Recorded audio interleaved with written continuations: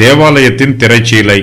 அப்பொழுது தேவாலயத்தின் திரைச்சீலை மேல் தொடங்கி கீழ் வரைக்கும் இரண்டாக கிழிந்தது. பூமியும் அதிர்ந்தது, கண்மலைகளும் பிளந்தது. இயேசு கிறிஸ்து மரிக்கும் போது சில அற்புதங்கள் நடைபெறுகின்றன. அவர் ஜீவனோடு இருந்தபோது பல அற்புதங்களை நடைபெறச் செய்தார்.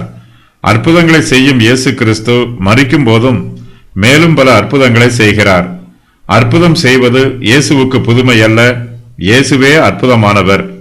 தேவாலயத்தின் திரைச்சீலை மேல் தொடங்கி கீழ் வரைக்கும் இரண்டாக கிழிகிறது. மாலை வேளையில் தேவாலயத்தில் மாலை பலி செலுத்துவது வழக்கம். அந்த பலி செலுத்தப்பட்டு முடிந்தவுடன் பிரத்யட்சமாக காண முடியாத ஒரு வல்லமையினால் தேவாலயத்தின் திரைச்சீலை இரண்டாக கிழிகிறது. இந்த திரைச்சீலை தேவாலயத்தில் பரிசுத்த ஸ்தலத்தையும் மகா பரிசுத்த ஸ்தலத்தையும் பிரிக்கும் திரைச்சீலையாகும். இயேசு கிறிஸ்து தமது ஜீவனை ஒப்புக் கொடுத்தவுடன் இந்த திரைச்சீலை இரண்டாக கிழிகிறது. இயேசு கிறிஸ்துவின் பல அற்புதங்களைப் போலவே இந்த அற்புதத்திலும் தெய்வீக ரகசியம் வெளிப்படுகிறது. தேவாலயத்தின் திரைச்சீலை இரண்டாக கிழிந்ததற்கு வேத பண்டிதர்கள் ஆவிக்குரிய வியாக்கியானம் கூறுகிறார்கள். எருசலேமின் தேவாலயம் கிறிஸ்துவின் சரீரமாகிய தேவாலயத்திற்கு ஒப்புமையாக இருக்கிறது. கிறிஸ்துவின் சரீரம் இப்போது மரித்து போய் இருக்கிறது. மரணம் என்பது மாம்சத்தின் திரையை கிழிப்பதாகும். இந்த மாம்சம் நமக்கும் மகா பரிசுத்த ஸ்தலத்திற்கும் இடையில் உள்ளது. கிறிஸ்துவின் மரணத்தைப் போலவே அவருடைய பிள்ளைகளின் மரணமும் இருக்கும். தேவாலயத்தின் திரைச்சீலை இரண்டாக கிழிவது பழைய ஏற்பாட்டின் ரகசியங்களும் மறைபொருளும் வெளிப்படுவதற்கு அடையாளமாகும். தேவாலயத்தின் திரைச்சீலை மகா பரிசுத்த ஸ்தலத்தை மூடி மறைக்கிறது. மகா பரிசுத்த ஸ்தலத்திற்குள் இருக்கும் பரிசுத்த பணிமுட்டுக்களை பிரதான ஆசாரியனை தவிர வேறு யாரும் பார்க்கக்கூடாது. வேறு யாராவது பார்த்தால் அந்த நபருக்கு கடுமையான தண்டனை கொடுக்கப்படும். பிரதான ஆசாரியர் மாத்திரம் வருஷத்திற்கு ஒரு தரம் மகா பரிசுத்த ஸ்தலத்திற்குள் பிரவேசிக்கலாம். அதுவும் பல சுத்திகரிப்பு சடங்குகளை செய்த பின்பு தூப வர்க்கத்தின் புகை மண்டலத்தின் வழியாக மகா பரிசுத்த ஸ்தலத்திற்குள் பிரவேசிக்க வேண்டும். ஆனால் இப்போதோ இயேசு கிறிஸ்து மரித்திருக்கும் இந்த வேளையிலோ எல்லாம் மறைவில்லாமல் திறக்கப்பட்டிருக்கிறது. தேவ ரகசியங்கள் எல்லாம் விளக்கமாக வெளிப்படுத்தப்பட்டிருக்கிறது. தேவாலயத்தில் யூதரும் புறஜாதியாரும் தனித்தனியாக பிரிக்கப்பட்டிருப்பார்கள். இது யூதருடைய சடங்காச்சாரமான பிரமாணமாகும். தேவாலயத்தின் திரைச்சீலை இரண்டாக கிழிந்தது யூதரும் புறஜாதியாரும் ஒன்று சேர்க்கப்பட்டு இணைக்கப்பட்டதற்கு அடையாளமாகும்.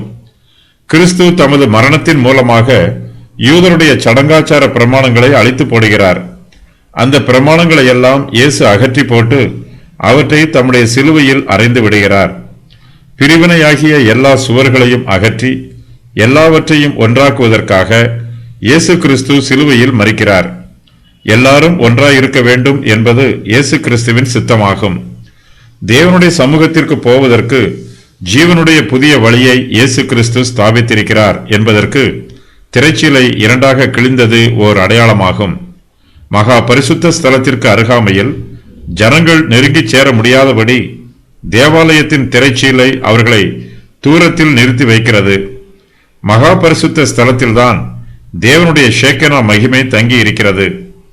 திரைச்சீலை இரண்டாக கிழிந்ததினால் கிறிஸ்து தமது மரணத்தின் மூலமாக தேவனிடத்தில் சேரும் வழியை திறந்து வைத்திருக்கிறார். இயேசு கிறிஸ்து நகரத்திற்கு வெளியே பலியாக செலுத்தப்பட்டார். அவருடைய திரு ரத்தம் திரைச்சீலைக்கு உள்ளே இருக்கும் கிருபாசனத்தின் மேல் தெளிக்கப்படுகிறது. இயேசு கிறிஸ்து மரித்து 40 நாள் வரையிலும் அவர் இந்த பூமியில் தான் இருந்தார். 40வது நாளில் இயேசு பரமேறி போன போது தமது திரு ரத்தத்தை பிதாவினிடத்தில் ஒப்புக் கொடுத்தார்.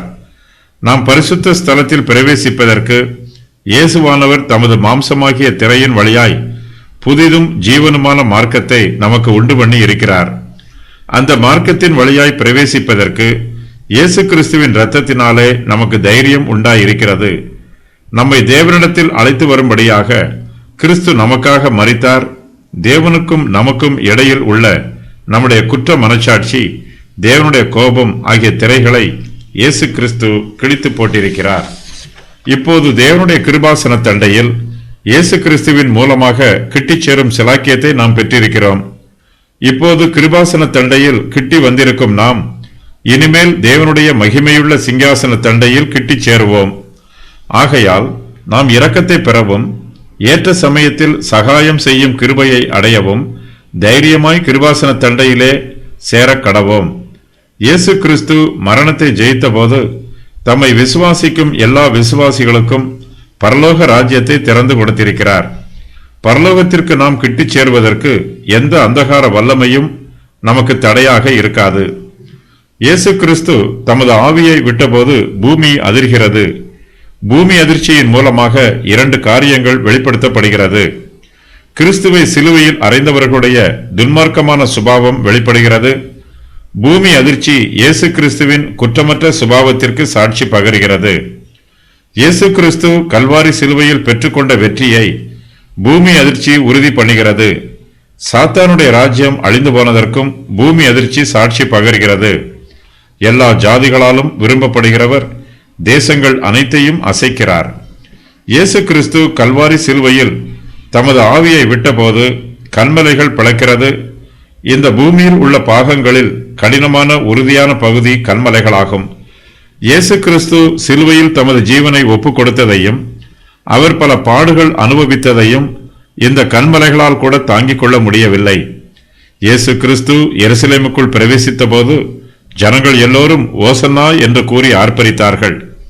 அப்போது பிரதான ஆசாரியர் அவர்களை அமைதியாக இருக்குமாறு கூறினார்கள். இயேசு கிறிஸ்து அவர்களிடம், இந்த ஜனங்கள் ஓசன்னா என்று கூறவில்லை என்றால் இந்த கல்லுகளே கூப்பிடும் என்று கூறினார். அந்த சம்பவம் இப்பொழுது நிறைவேறுகிறது. பாடுகளை அனுபவிக்கும் இயேசு கிறிஸ்துவின் மகிமையை இந்த கன்மலைகள் அறிவிக்கிறது. இயேசு கிறிஸ்துவே கன்மலையாக இருக்கிறார். கன்மலை பிளந்தது இயேசு கிறிஸ்துவின் சரீரம் பிளந்ததற்கு அடையாளமாகும். கன்மலை பிளந்ததினால் அதன் வெடிப்புகளில் நாம் அடைக்கலம் புகுந்து கொள்ளலாம். ஓரேபு மலையில் கன்மலை வெடிப்பில் மோசே தேவனுடைய மகிமையை கண்டார். அதைப் போல நாமும் இயேசு கிறிஸ்துவின் மரணத்தில் தேவனுடைய மகிமையை காணலாம். கன்மலை வெடிப்பில் இருந்து ஜீவ தண்ணீருள்ள நதிகள் ஓடும். அவை இந்த வனாந்திரத்தின் வழியாக பாய்ந்து ஓடும். நாம் இயேசு கிறிஸ்துவின் மரணத்தை நினைவு கூறும்போது நமது கடினமான கல்லான இருதயம் கரைய வேண்டும். இருதயம் கன்மலையை விட கடினமானது. பொதுவாக நமது இருதயம் கரையாது, உருகாது. ஆனால் இயேசு கிறிஸ்து சிலுவையில் மரித்த போதோ கன்மலைகளும் பிளக்கிறது. அதுபோல இயேசு கிறிஸ்துவின் மரணத்தை தியானிக்கும் போது நமது கல்லான இருதயமும் உருக வேண்டும். தேவாலயத்தின் திரைச்சீலை மேல் தொடங்கி கீழ் வரைக்கும் 2ஆக கிழிந்தது. தேவாலயத்தில் 2 திரைச்சீலைகள் இருக்கும். ஒன்று பரிசுத்த ஸ்தலத்தின் வாசலில் இருக்கும். மற்றொன்று பரிசுத்த ஸ்தலத்திற்கும் மகா பரிசுத்த ஸ்தலத்திற்கும் நடுவில் இருக்கும். மகா பரிசுத்த ஸ்தலத்தில் பிரதான ஆசிரியர் மட்டுமே வருஷத்திற்கு ஒருமுறை ஜனங்களுடைய பாவங்களுக்காக பாவ நிவாரண பலி செலுத்துவதற்காக உள்ளே போவார். தேவாலயத்தின் திரைச்சீலை 60 அடி உயரம் உள்ளது. இந்த திரைச்சீலை மேல் தொடங்கி கீழ் வரைக்கும் 2ஆக கிழிந்தது. யூதருக்கும் புறஜாதியாருக்கும் இடையில் உள்ள பிரிவினை அகன்றது. ஒவ்வொரு விசுவாசியும் தேவனிடத்தில் பிரதான ஆசாரியரின் துணை இல்லாமல் நேரடியாகவே சென்று தங்களுடைய விண்ணப்பங்களை ஏறெடுக்க முடியும்.